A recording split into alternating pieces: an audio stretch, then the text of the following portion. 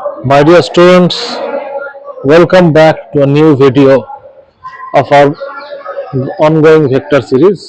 आज हम लोग पढ़ेंगे vector cross product of two vectors.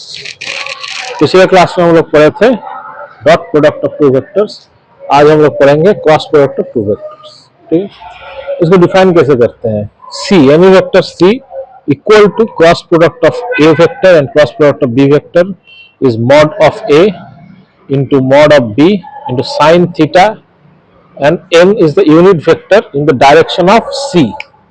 c vector के डायरेक्शन में यूनिट वेक्टर है हम लोग का n कैप। ठीक है, और थीटा हम लोग को पता है एंगल बिटवीन टू वेक्टर्स। पिछले क्लास में हम लोग जैसे देखे थे theta is angle between two vectors. ठीक है, अब इसका प्रॉपर्टीज पे आते हैं। Number one property, c is perpendicular to both a and b। C का जो डायरेक्शन होगा, मान लीजिए सी वेक्टर का डायरेक्शन है इस तरह से, ये ए और बी वेक्टर अगर है, मान लीजिए ए और बी वेक्टर है, इस दोनों का परपेंडिकुलर होगा, दोनों से 90 डिग्री का एंगल बनाएगा। पहला number property. Property number two, अगर ऑर्डर मेंटेन किया गया, ऑर्डर मेंटेन्ड, तो A cross B plus C is A cross B into A cross C plus A cross C. Cross product में ये रूल फॉलो होगा तब जो ऑर्डर मतलब ए बी सी इस तरह से जो ऑर्डर है इसको अगर मेंटेन किया जाए तो ये फॉलो होगा, ये रूल, ये फॉर्मूला।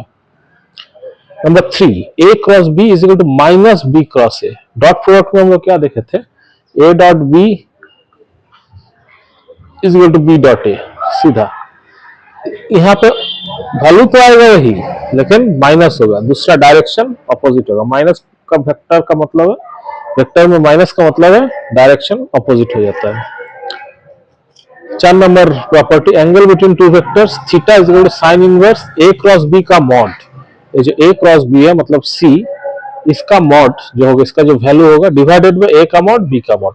मतलब सी का वैल्यू इसको इस तरह से लिख सकते हैं, सी का मॉड बाई ए का मॉड बी का मॉड, बी का वैल्यू, सी का वैल्यू बाई ए का वैल्यू बाई बी का वैल्यू।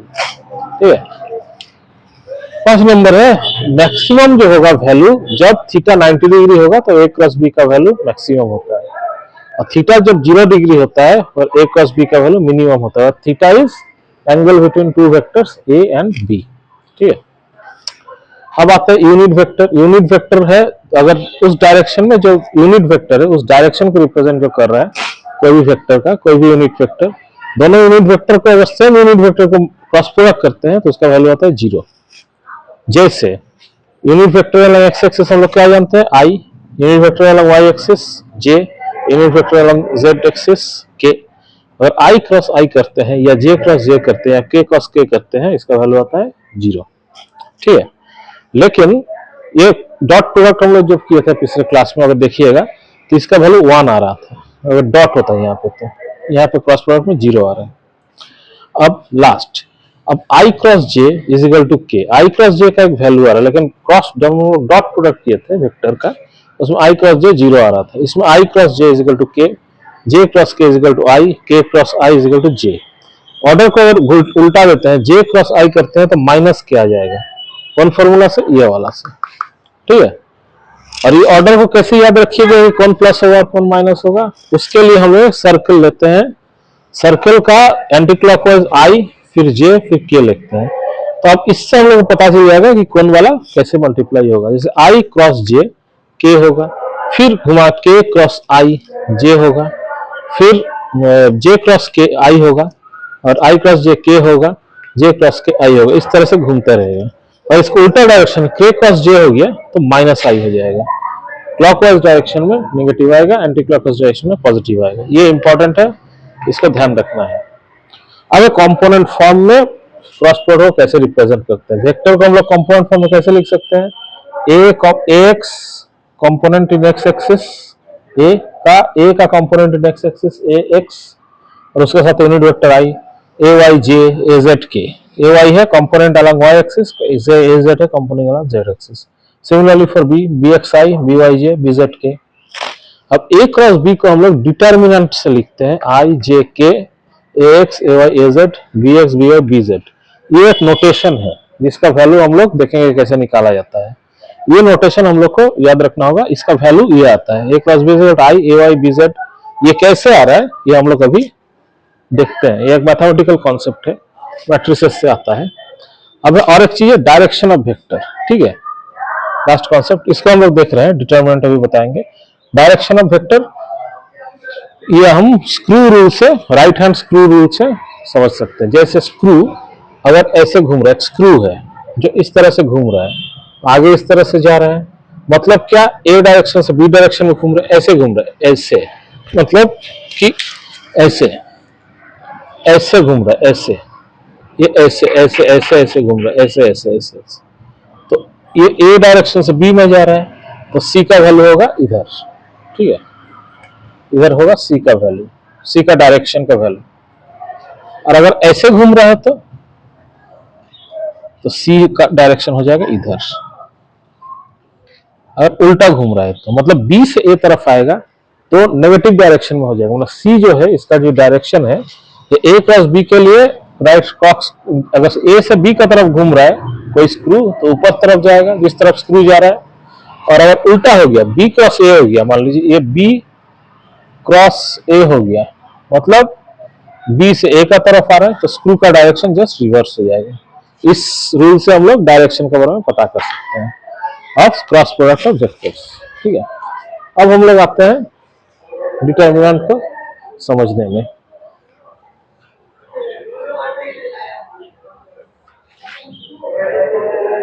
देखो डिटरमिनेंट एक मैथमेटिकल कॉन्सेप्ट है। जैसे आई जे के हुआ, तीन dot product, A X A Y A Z B X B Y B Z. तो डिटरमिनेंट निकालने के लिए लिनियर वेक्टर मैट्रिसेस का कॉन्सेप्ट वहां से आता है। डिटरमिनेंट को निकालने के लिए जो लाइन हम लोग लेंगे, मान लीजिए आई का ले रहे हैं, तो उसको वो लाइन और उसका दोनों लाइन, मतलब दो जो हॉरिजॉन्टल लाइन और वर्टिकल लाइन, मतलब रो और कॉलम को हम लोग छोड़ देते हैं। ये इसको और इसको हम लोग छोड़ देते हैं। अब इसको इस तरह से मल्टीप्लाई करते हैं। पहले इधर से स्टार्ट होगा, लेफ्ट हैंड अपर कॉर्नर से, और फिर राइट हैंड अपर कॉर्नर से नेगेटिव हो जाता है। जैसे ये हो जाएगा आई, फिर ए वाई बी जेड, ये दोनों मल्टीप्लाई हुआ, उससे माइनस ए जेड बी वाई, ये पहला। अब पहला जो रो है मैट्रिक्स में ये प्लस होगा, ये होगा माइनस, फिर ये होगा प्लस, तो प्लस आई लिए हैं। अब सेकंड में हम लोग को लेना है माइनस जे, और ये इसमें भी सेम होगा, ये रो और ये रो और ये कॉलम हम लोग नहीं लेंगे, बाकी ले रहे A X B Z minus B X A Z. देखिए यहाँ पे यही चीज दिया हुआ है, ठीक है, ए वाई बी जेड माइनस ए जेड बी वाई, ए वाई बी जेड माइनस ए जेड बी वाई। यहाँ माइनस जो है, माइनस जी का जगह में यहाँ से माइनस नेगेटिव को हम लोग कॉमन ले लिए हैं, ये हो जाएगा माइनस, ये हो जाएगा प्लस। तो बी एक्स ए जेड और ए एक्स बी जेड। इसमें क्या किया है, इसमें प्लस ले लिया है, दोनों को माइनस कॉमन लेके इसको प्लस कर दिया है, बस वैल्यू वही आएगा। प्लस के क्या आ रहा है, के में इस लाइन को माइनस कर देंगे तो क्या आएगा, ए एक्स बी वाई माइनस ये आएगा बी एक्स ए जेड, ठीक है। यही वैल्यू हम लोग को यहाँ आ रहा है, यही चीज, ये और जो ये वैल्यू हम लोग को मिल रहा है बाय कैलकुलेशन, डिटरमिनेंट कैलकुलेशन, ये सेम है, दोनों आर सेम,